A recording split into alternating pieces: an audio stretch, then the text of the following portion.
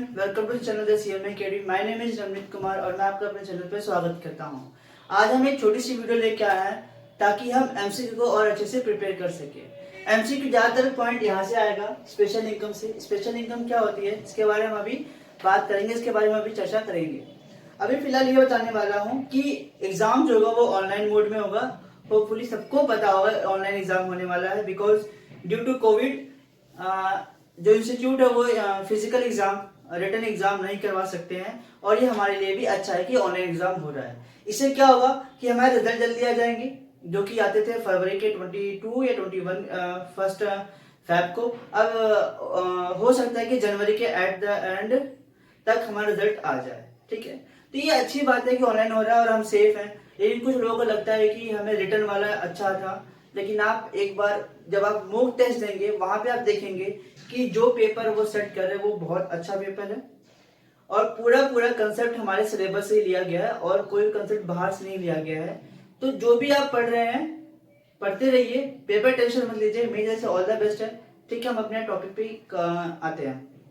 Topic क्या है? ये एक छोटी सी वीडियो है जो कि हम अपना रिवीजन कर सके और जो जिन्होंने नहीं पढ़ा है इस चैप्टर के बारे में वो चैप्टर इनको समझ में आ जाए।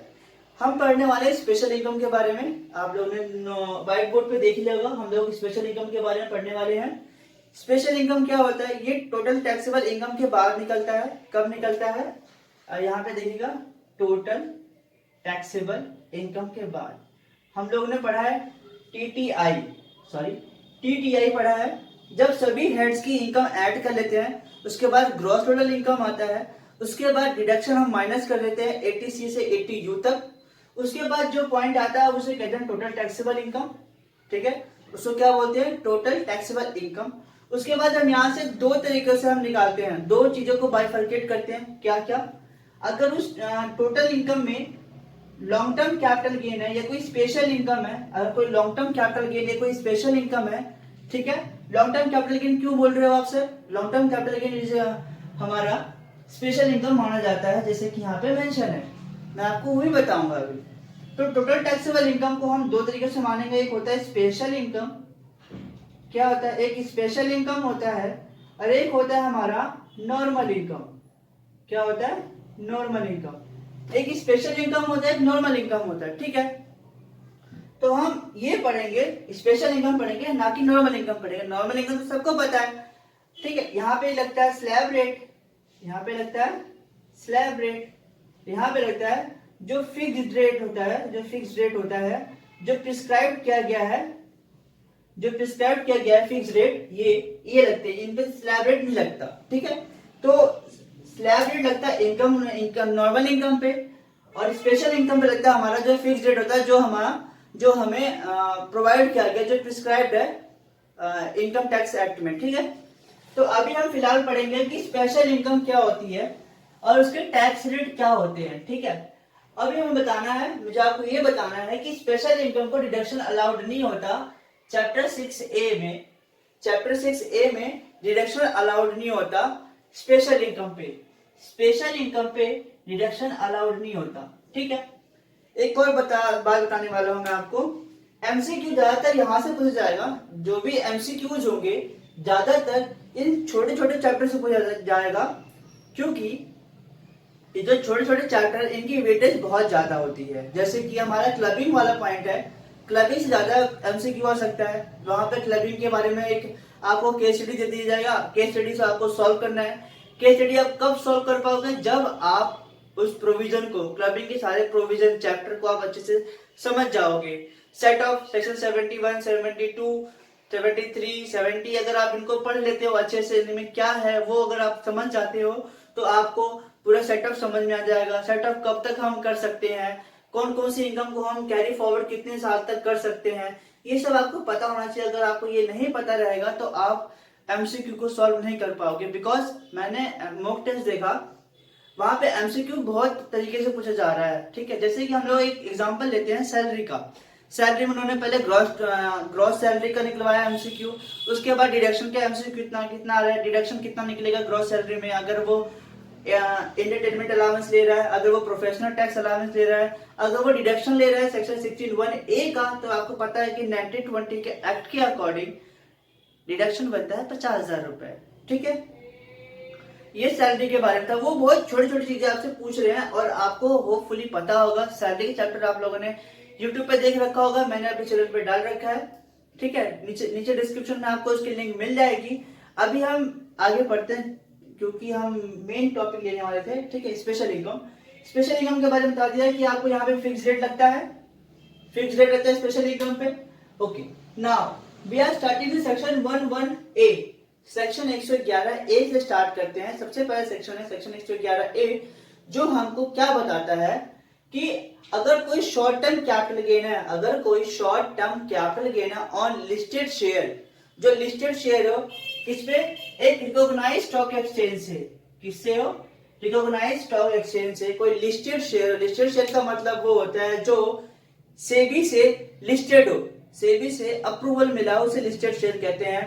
जो कि BSE, Bombay stock exchange, NSE, national stock exchange पे शो करता है, वो सब लिस्टेड शेयर होते हैं। जैसे कि टाटा की कंपनी होगी, रिलायंस की कंपनी हो गई, और एक जान पहचान company PGIL, Pearl Global Industrial Limited, ये सब कपड़े की कंपनी है पीजीआईएल, ये सब लिस्टेड शेयर, लिस्टेड कंपनी है। तो उनके लिस्टेड शेयर या इक्विटी ओरिएंटेड म्यूचुअल फंड जो रिकॉग्नाइज्ड स्टॉक एक्सचेंज में है, या फिर यूनिट ऑफ बिजनेस ट्रस्ट, ये सब सेक्शन 111A में आते हैं। इनका 15% टैक्स रेट होता है जो कि फिक्स्ड होता है। मान लो किसी का टोटल इनकम 90 लाख रुपए है, ठीक है, किसी का टोटल इनकम 90 लाख रुपए आता है, टीटीआई, क्या है ये, टीटीआई 90 लाख रुपए है। इसमें से अगर हम 2.5 लाख हमारा स्पेशल इनकम है, रिमेनिंग बैलेंस जो अमाउंट होगा वो हमारा नॉर्मल इनकम हो गया। ठीक है, बैलेंस अमाउंट जो है वो हमारा नॉर्मल इनकम हो गया। मेरे पास रफ कर लेता हूं से, नॉर्मल इनकम जो हो गया हमारा बैलेंस अमाउंट। ठीक है, अब हम मानते हैं कि ये जो सेक्शन 111 लगता है, यहाँ पे इस वाले पॉइंट में सेक्शन 111 लगता है। ठीक है, तो सेक्शन 111 लगेगा तो 15% इसका निकाल देंगे। इसका 15% जो भी आएगा यहाँ पे, ठीक है, इसका जो भी 15% यहाँ पे आएगा, और इस पे हम लगाएंगे स्लैब रेट, रिमेनिंग बैलेंस जो बचेगा इस पे क्या लगाएंगे, स्लैब रेट। दोनों को ऐड करेंगे, दोनों को ऐड करेंगे तो हमारा बनता है बेसिक टैक्स, बेसिक टैक्स। इसके बाद हम सरचार्ज, मार्जिनल रिलीफ अगर मिल रहा है तो मार्जिनल रिलीफ देंगे। ठीक है, और अगर रिबेट अगर मिल रहा है रिबेट देंगे। ठीक है, और हम यहाँ पे HEC, health and education cess लगाएंगे। देन उसके बाद नेट टैक्स लायबिलिटी आ जाएगी इस सेक्शन के अकॉर्डिंग। तो हमें क्या करना है, 5 सेक्शन पढ़ने हैं। नेक्स्ट वीडियो में आगे वाले 5 सेक्शंस और पढ़ेंगे, 5 से 4 सेक्शंस। ठीक है, तो सबसे पहले सेक्शन 111A पढ़ेंगे। सेक्शन 111A क्या बोलता है, फटाफट रिपीट करते हैं।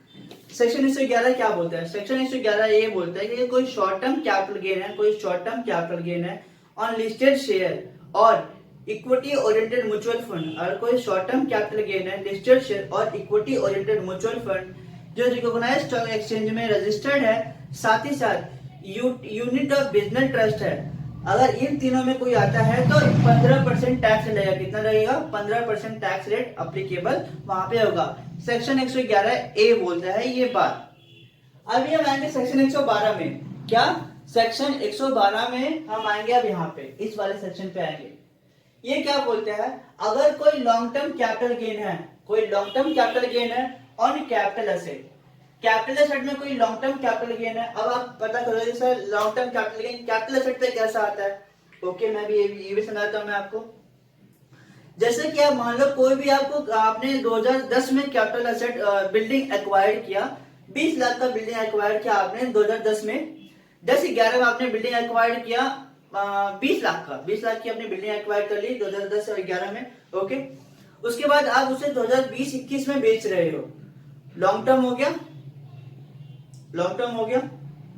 बिकॉज जो फाइनेंशियल एसेट होते हैं वो कौन कौन से होते हैं, listed share, equity oriented mutual fund, business unit, debenture, bonds, ये सब फाइनेंशियल एसेट्स है, फाइनेंशियल एसेट्स है।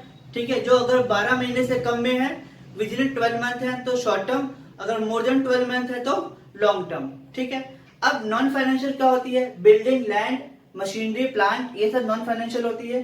ठीक है, अगर ये विद इन 24 मंथ है, 24 मंथ है तो शॉर्ट टर्म, अगर ये ज्यादा है तो लॉन्ग टर्म। अब ये क्या बोला, 10-11 में हम लोगों ने बेचा, सॉरी खरीदा, 10-11 में हम लोगों ने बिल्डिंग एक्वायर्ड किया और 20-21 में हम लोगों ने इसे बेच दिया, लॉन्ग टर्म हो गया। अब लॉन्ग टर्म हो गया तो यहाँ पे कैपिटल एसेट जो होगा वो लॉन्ग टर्म कैपिटल एसेट हो गया। यहाँ पे 20% टैक्स रेट अप्लीकेबल हो जाता है। कितना लगता है, 20% टैक्स रेट अप्लीकेबल हो जाता है। सेक्शन 112 की बात कर रहा हूं मैं। सेक्शन 112 में पहला पॉइंट बोलता है अगर कोई लॉन्ग टर्म कैपिटल गेन है ऑन कैपिटल एसेट पे तो 20% वहां पे टैक्स रेट अप्लीकेबल होगा स्पेशल इनकम की। ठीक है, अब अगर सेक्शन 112 में ही सेक्शन 112 में अगर कोई प्रोविजो आ जाता है तो ये प्रोविजो है।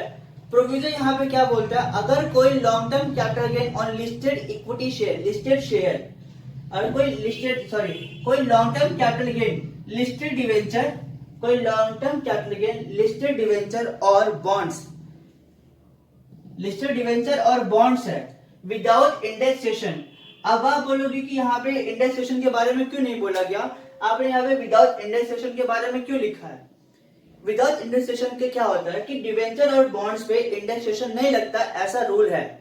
कैपिटल गेन के चैप्टर में ही बताया गया है कि ऐसा एक रूल है जो इंडेक्सेशन नहीं लगता डिवेंचर और बॉन्ड्स में। इसका टैक्स रेट कितना लगता है, 10%। इसका टैक्स रेट कितना है, 10% टैक्स रेट है। ओके, तो अभी हम लोग ने 2 सेक्शन कवर कर लिया, 4 पॉइंट कवर कर लिया।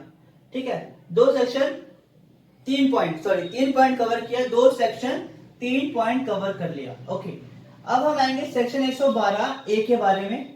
सेक्शन 112 ए क्या बोलता है, सेक्शन 112 ए बोलता है अगर कोई लॉन्ग टर्म कैपिटल गेन है on listed share, listed equity share, अगर कोई लॉन्ग टर्म कैपिटल गेन है ऑन लिस्टेड इक्विटी शेयर और इक्विटी ओरिएंटेड म्यूचुअल फंड है, अगर कोई इक्विटी ओरिएंटेड म्यूचुअल फंड है, एक्सेस ऑफ 1 लाख। क्या बोला यहाँ पे, ये बात गौर करने वाली बात है, यहाँ पे ये पॉइंट बड़ा इंपॉर्टेंट है। ये पॉइंट इंपॉर्टेंट है, क्या इंपॉर्टेंट पॉइंट है, अगर कोई long term capital gain on listed equity share है, long term capital gain on listed equity share है और इक्विटी ओरिएंटेड म्यूचुअल फंड है, अगर वो दोनों एक्सेस है, दोनों में से कोई सा भी एक चीज अगर एक्सेस है 1 लाख रुपए से, तो यहाँ पे 10% टैक्स रेट अप्लीकेबल होगा। ओके, अब यहाँ पे क्या है, जैसे कि मान लो, इसे रफ करता हूं इस वाले पॉइंट को।